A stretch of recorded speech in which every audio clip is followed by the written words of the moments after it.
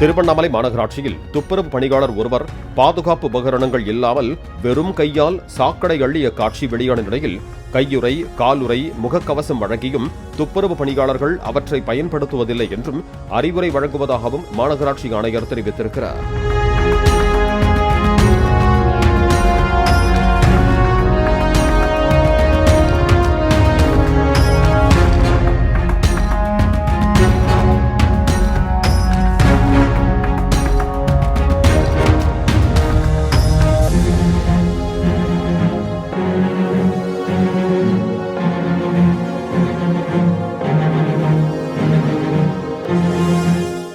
Play store மற்றும் app ஸ்டோரில் இருந்து பாலிமர் செயலியை QR கோடு மூலம் பதிவிறக்கம் செய்யுங்கள். செய்திகளை உடனுக்குடன் பெறுங்கள்.